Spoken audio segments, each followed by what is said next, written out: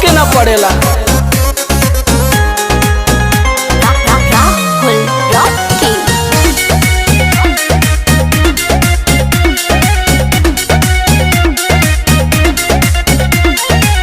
चैती बयरिया मचौले बतबाही, लस लस देह करे आवेला जम्हाई। चैती बयरिया मचौले बतबाही, लस लस देह करे आवेला जम्हाई। कैसे बताई